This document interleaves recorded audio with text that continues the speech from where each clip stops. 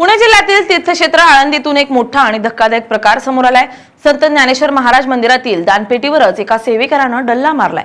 या प्रकरणानं मंदिर प्रशासनात मोठी खळबळ उडाली आहे। विशाल बाळू वारुळे या सेवेकराला आळंदी पोलिसांनी अटक केली आहे। त्याच्या घरातून सुमारे 4.25 लाख रुपयांची रोकड जप्त करण्यात आली आहे। संबंधित व्यक्ती गेल्या काही महिन्यांपासून मंदिरात दानपेटीतील रक्कम जमा करण्याच्या कामात कार्यरत होता। सुरुवातीला त्यानं विश्वास संपादन करून मंदिरातील कर्मचाऱ्यांमध्ये आपली ओळख निर्माण केली होती। मात्र याच विश्वासाचा गैरफायदा घेत त्याने दानपेटीतील रकमेतील काही भाग गुपचूपपणे स्वतःकडे ठेवण्यास सुरुवात केल्याचा आरोप आहे। सीसीटीव्ही फुटेज तपासणी दरम्यान संशयास्पद हालचाली निदर्शनास आल्यानंतर मंदिर प्रशासनाला याची माहिती मिळाली। यानंतर मुख्य लेखापाल महेश गोखले आणि इतर सुरक्षा रक्षकांना कारणे दाखवा नोटीस दिल्याचं स्पष्ट करण्यात आले। आता कर्मचाऱ्यांची मंदिरात जाताना आणि येताना तपासणी केली जाणार आहे।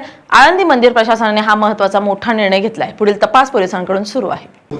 संस्थांचे पदाधिकारी पण याच्यामध्ये सहभागी आहेत, त्याच्याशिवाय तो अशा प्रकारचं चोरी करू शकत नाही। याविषयी संस्थानाचं काय म्हणणं? नाही, आपण जर पाहिलं तर त्या ठिकाणी आपण जे सांगताय ते अत्यंत चुकीचं आहे।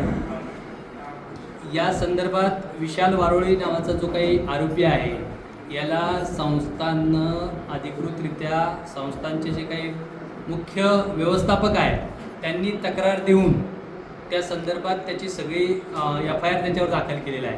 म्हणजे ही जी काही कारवाई सुरू केलेली आहे ती कुणी केलेली आहे? संस्थांनं सुरू केलेली आहे। त्या कारवाईमध्ये तो किंवा इतर त्याला जर कुणी मदतनीस असतील, कुणी त्याला सहकार्य केलेलं असेल किंवा त्याच्यामध्ये कोणाचा जर हात असेल तर त्याला कोणालाही आम्ही सोडणार नाही। त्या ठिकाणी प्रत्येकावर कडक कारवाई केली जाईल अशा प्रकारचं आश्वासन मी आपल्या देवस्थानतर्फे आपल्याला देतो। राज्यामध्ये अतिशय म्हणजे सगळ्यांचा आस्थेचा हा म्हणजे देवस्थान आहे।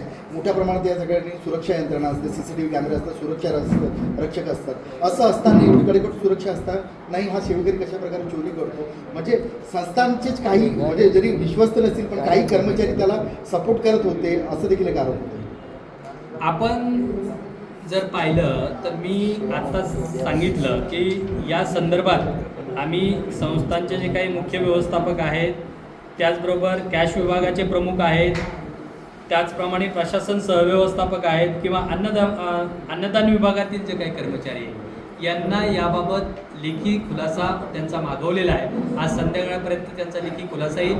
त्याचप्रमाणे जे काही मुख्य व्यवस्थापक आहेत त्यांच्याकडून या संबंधीचा सर्व जो काही अहवाल आहे तो देखील मागवलेला आहे। त्याच्यामध्ये कोणालाही आम्ही पाठीशी घालणार नाही।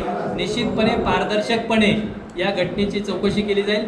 या व्यतिरिक्त अजून जर कोणी यामध्ये जर दोषी असतील तर त्यांच्यावर निश्चितपणे संस्था कारवाई करेल। सुरक्षा रक्षकांची खूप महत्त्वाची भूमिका असते। सुरक्षा रक्षक किंवा ती एजन्सी किंवा त्यांच्यावर काही कारवाई करणार आहात का? कारण की जवळपास 30-35 सुरक्षा रक्षक असताना ही चोरी झाली नाही। बरोबर आहे आपलं। त्या संदर्भात आम्ही कालच ते सुरक्षा विभागाचे जे काही कॉन्ट्रॅक्टर होते त्यांना बोलवून घेतलेलं आहे आणि त्यांना त्या संदर्भात कडक सूचना दिलेल्या आहेत की अशा प्रकारची घटना घडणं ही अत्यंत दुर्दैवी आहे। या संदर्भात आपण सर्व जे काही सुरक्षा रक्षक आहेत त्यांना सक्त सूचना द्याव्या। भविष्यात अशा प्रकारच्या घटना घडू नये याच्यासाठी काय खबरदारी बाळगली जाणार आहे? भविष्यामध्ये अशा प्रकारच्या घटना घडू नयेत म्हणून आम्ही CCTV जे काही आहेत त्याच्यामध्ये अजून वाढ करतोय। त्याचबरोबर AI टेक्नॉलॉजीवर जोडण्याचं काम प्रस्तावित आहे। जिओ ट्रॅकिंग सुद्धा टिपण्यासाठी एक प्रतिष्ठित सॉफ्टवेअरशी चर्चा आमची सुरू आहे। मोबाईल सॉफ्टवेअरमध्ये काही बदल करण्यास त्यांना सुचवलेलं आहे आणि निश्चितपणे त्यामध्ये बदल करून 1 जूनपासून ही यंत्रणा कार्यान्वित करण्याचा आमचा मानस आहे। जेणेकरून कुठलाही व्यक्ती असेल तर तो मंदिरामध्ये किती वेळा आला, तो मंदिरातून किती वेळा गेला याची नोंद त्या यंत्रणेद्वारे होईल। एक शेवटचा प्रश्न असेल, विशाल वारुडेला नेमकं कुणाच्या शिफारशीवरून देवस्थानमध्ये घेण्यात आलं होतं? त्याची काय भूमिका होती? त्याने किती दिवस काम केलं आणि त्यानं महागडे मोबाईल वगैरे घेतले, त्याच्याकडे घरामध्ये रोख रक्कम सापडली असं देखील म्हणण्यात येते, त्यात कितपर्यंत?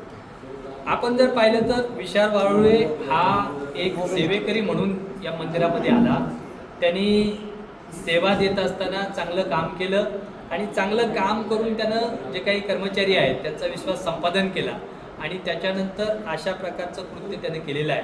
निश्चितपणे आपण जे म्हणालात की त्याच्याजवळ मोबाईल आहे तर त्याची देखील चौकशी पोलीस त्या ठिकाणी करत आहेत. आम्ही देखील त्या ठिकाणी आमचे जे काही कर्मचारी आहेत त्यांचे कोणाकोणाशी त्याच्याशी संबंध होते, त्यांच्याशी कोणाशी त्यांनी काही चर्चा केलेली आहे का, किंवा जे जे कर्मचारी त्याच्या ह्याच्यात होते त्यांचे देखील मोबाईल त्या ठिकाणी आम्ही घेतलेले होते आणि त्याची देखील चौकशी आम्ही करत आहोत. त्याला फ्लॅट वगैरे घेतले याची काही चौकशी करण्याची मागणी आपण म्हणजे पोलिसांकडे केली. 100% याच्यामध्ये जी काही त्याच्या फ्लॅटमध्ये रक्कम आढळून आलेली आहे त्या रकमेसाठी आम्ही ती सर्व रक्कम देवस्थानला मिळावी. त्याचप्रमाणे अजून जर त्याचे याच्या व्यतिरिक्त अजून काही रक्कम जर आढळून आली तर त्या संदर्भात आम्ही त्याच्या फ्लॅटचा ताबा घेण्यासाठीची प्रक्रिया देखील सुरू करणार आहोत. याच्यामध्ये आम्ही जे जे दोषी असतील त्या सर्व दोषीवर कडक कारवाई लवकरात लवकर करू आणि संस्थांचं जे काही नुकसान झालेलं आहे ते नुकसान भरपाई लवकरात लवकर संस्थांना ठेवत असताना त्याचं व्हेरिफिकेशन केलं जातं. आपण जर पाहिलं तर मगाशीच मी याच्या संदर्भात सगळं मुद्देसूद उत्तर दिलेलं आहे. अजून कोणाचं आहे? आजपर्यंत त्यांनी जे काही व्यवहार केले त्याचे डिटेल्स समजा लोक समोर घेऊन आले तर त्याच्यावर आणखी चर्चा आपली होणार आहे का? मी आपल्याला पत्रकार परिषदेमध्ये सांगितलं.